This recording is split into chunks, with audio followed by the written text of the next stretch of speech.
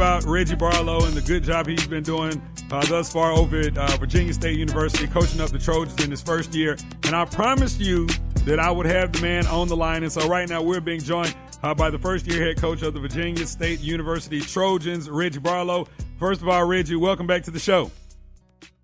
Hey, I appreciate you having me on, Rob. It's all good, man. So usually, I had these questions that I do for these coaches or whatnot. But I just figured I was just going to go off script with you. We just talked because we've done this at least about 20 times. So first I want to talk about how this whole Virginia State thing came about because I saw on Facebook that you had taken the job over at your alma mater at Lanier High School in Montgomery. And then somebody texted me and was like, dude, did you know that your boy is coming to Virginia? And I was like, who is my boy? And they were like, Barlow. And I was like, no, he just took this job at his alma mater. And then lo and behold, I saw you on Facebook talking about new opportunities and new wine and all that good stuff. So how did this whole thing happen?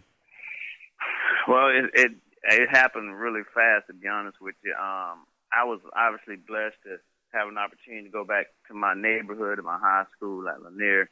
And obviously I still pull for all the guys there and everything. But social media is a really powerful thing. I received a message from an alumni of Virginia State University who does some stuff, with their booster club and just a real big supporter.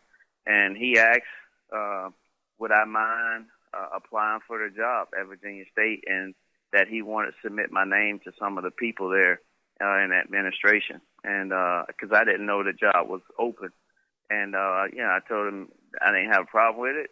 He submitted it, and then we got like a telephone interview. And then, of course, we got a formal interview, and it just kind of went from there. Wow, that's awesome. That's awesome. So how's the transition? For many years you were a SWAC coach at Alabama State, and now you're in the CIAA, which many people consider to be a basketball conference, even though they do play some pretty good football up there. So how's the transition been for you? The people here, the transition has been good. The people here have really embraced me. Our administration, our president, and our director of athletics, Miss Peggy Davis, they've accepted me and kind of gave me an opportunity to get myself settled and all that good stuff. The student athletes have really made this thing comfortable for me because they are continuing to buy in into my philosophy and the things that I want for us as a team. And then the timing of it, I got here really late. I didn't get here until May, so I didn't get a chance to recruit the kids here. I didn't get a chance to go through spring ball with them. So we hit the ground running when we got to camp. So a bit unorthodox, but nevertheless, we have had some people buy in, and things have been going pretty good. Absolutely. This is the HBCU Report. Rob Calloway on the line right now with Reggie Barlow. He is the first-year head coach of the Virginia State University Trojans. The Trojans in action this weekend on the road in Frankfort versus the Kentucky State Thoroughbreds.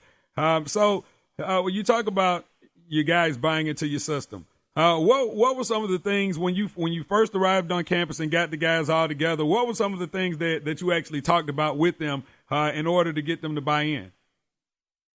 Well, I just believe that there are 5 core characteristics that we all need in our lives, and the teams that I've been around, the Super Bowl team that I was on, the great teams I was on in Jacksonville, the leadership that I had at Alabama State. I just believe all of those programs were successful because they had 5 core characteristics, and the first thing was discipline, doing what you're supposed to do, how you're supposed to do it at all times. And then the other thing was attitude. Having a positive and conquering attitude regardless of the circumstances, being able to overcome adversity, having a positive approach. The other thing we talked about was sacrifice. Each of us need all of us. It's not just about you and what you want as an individual, but it's all about the team. And then we talk about our habits. We want to make sure our habits were aligned with our expectations, that we didn't have these lofty goals, but our habits said something different. So we talked about that. And then lastly, we talk about our hearts being in the right place, being people that really care for the university, care for your coaches, care for your teammates, and ultimately care for our community. So those are the 5 core characteristic things that we talked about. We harp on that. It's an acronym, the DASH, that we use, and they've bought into that. Yeah, I remember y'all had the shirts at Bama State that said Dash. I remember that. That's right. Yeah. That's right. So okay. So were you able to bring any of your guys from your former staff from Bama State over with you, or did you just take on what was already there at the school? Yeah, Rob, the thing is, like I said, it was so different. And sometimes in smaller schools, you're not able to pay coaches off and say, okay, well, we got a new coach and he's going to bring in his own guys.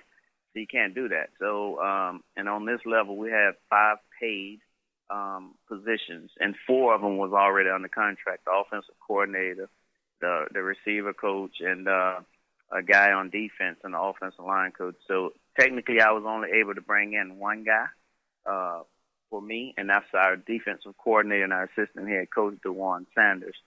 But it's prior to the season starting, I had a real direct, candid conversation with the coaches that were already here. We know how that can be a real touchy situation, but I just made it clear that I'm not here to get rid of anybody. I'm here to make this work, and here's your opportunity to show me your stuff. And you don't get very many opportunities to show your stuff, and they got an opportunity to do that, and they've bought in as well. And I have a strong appreciation for them and their commitment to me and the things that I want for our program. Well, I mean, things must, it must be some cohesiveness there, because you guys have actually started the season off 2-0 in your first season. So who are some of the players? Get the folks down here in Atlanta familiar with some of the players that are actually, the catalyst for the success that you all have achieved so far. Well, on defense, it starts with we have a middle linebacker, Gio Fannin. This kid is he's an outstanding football player, and as I observe these players, obviously this is the Division II level that we're on, but I always look at guys and say, well, could he have played for me when I was at Alabama State or on a D1 level? And that kid, Gio, we call him our middle linebacker. He was all conference last year. He's a preseason all conference this year, and he plays the game the right way. Just give him the shoulder pads and the helmets and some tape to wrap his hands up, and he's just a true throwback. He plays the game the right way, and of course we're happy and proud to have him. And then we have our defensive end, Frazier, a young man that really plays the game with strength and power. He's very strong, and he's a defensive end for us. I think he may have 4 sacks or so right now. Offensively, our starting quarterback is Terrian Ayers, a guy who's been a 3-year starter here in this program. He does a great job for us, and just a very mature guy that has a real good approach for the game. And then we got 2 running backs, and I tell you, man, these guys are thunder and lightning. Kevon Bellamy is one of them, and then Trent Cannon is the other one, with Trent Cannon being lightning. These are 2 guys that really know how to run the ball. They both can run for power and speed. They can catch it out of the backfield, and then they understand protecting the quarterback, and they don't have a problem with protecting him. So those are just some of the guys on our team. There's other guys that have done some great things for us thus far, and we're just looking for them to continue it. It's all about the next test. We're grateful and blessed to be 2-0 right now, but ultimately we want to be 3-0. And that starts with Kentucky State this weekend, and we're looking forward to the challenge. Absolutely. Wrapping up with Reggie Barlow, head football coach of the Virginia State University Trojans.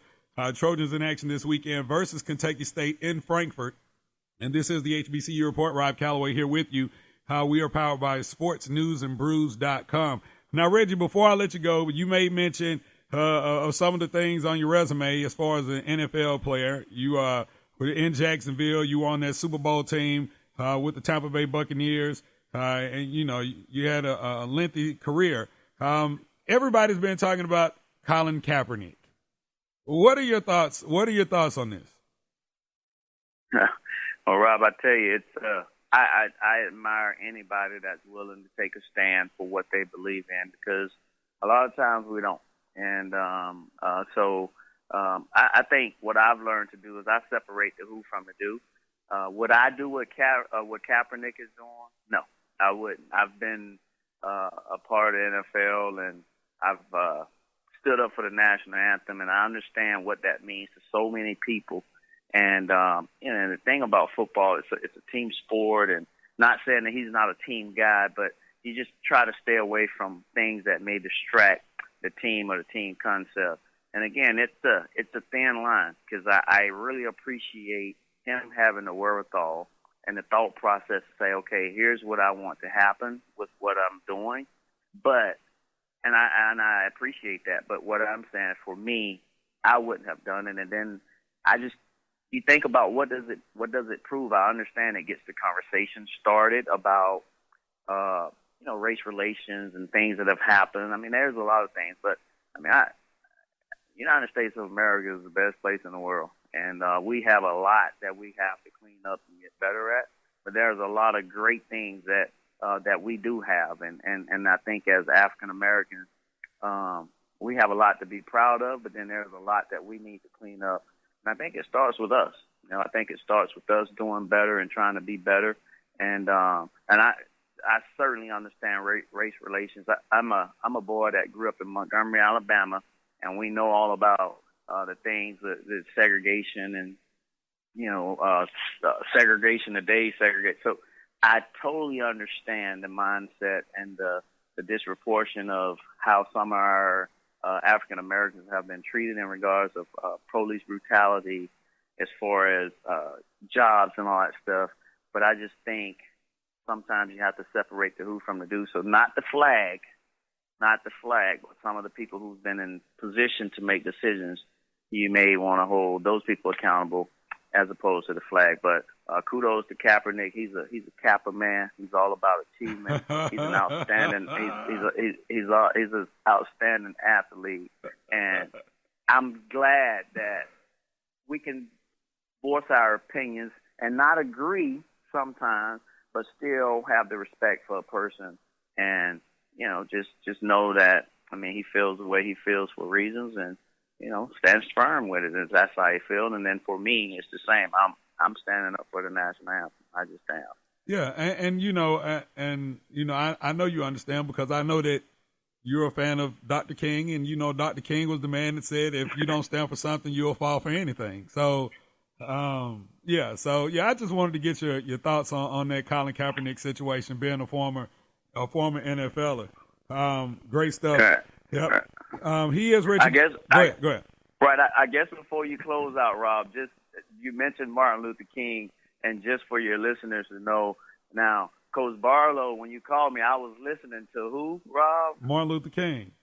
I was listening to Martin Luther King. This is September the 16th, and my comments to you was, I don't wait to February to listen to Martin Luther King, because he deserves more attention than that. So kudos to him and what he did for our country and the stance that he took, so you and I could be able to do the things that we're doing. Absolutely. He is Reggie Barlow, head football coach, Virginia State University. They are in action versus Kentucky State, the Thoroughbreds in Frankfort, Kentucky. Coach, thank you so much for joining us, and good luck in this weekend's game, and we look forward to talking to you in a couple weeks. Appreciate it, Rob. Thank you. All right, thanks, man. That's my dude right there. Definitely family, Reggie Barlow, Virginia State University, in action again against Kentucky State this weekend. Big shouts out to my dude, man, doing big things in the CIAA, making the transition from the SWAC. It's a major transition when you talk about money, scholarships, coaches, all of that. But he's definitely gotten things out to a great start right there at VSU. All right, so coming up, we have a matchup this weekend between the oldest, well, not the oldest, but the oldest rivalry, the most storied rivalry, if you will, between the two winningest HBCU football programs, Tuskegee and Florida A&M. It happens at Ladd Stadium in Mobile. They call it the first annual Fifth Quarter Classic, and this thing should be really, really good. And so coming up on the other side, we're going to be joined by Tuskegee longtime defensive coordinator Joseph Carter. He's going to stop by and talk to us about what's in the water down in Tuskegee? Like, Tuskegee's supposed to be like the Yale of HBCUs, but they play football more like the Notre Dames or the Alabamas of HBCUs. So we want the scoop. We want the inside scoop. We want the secret.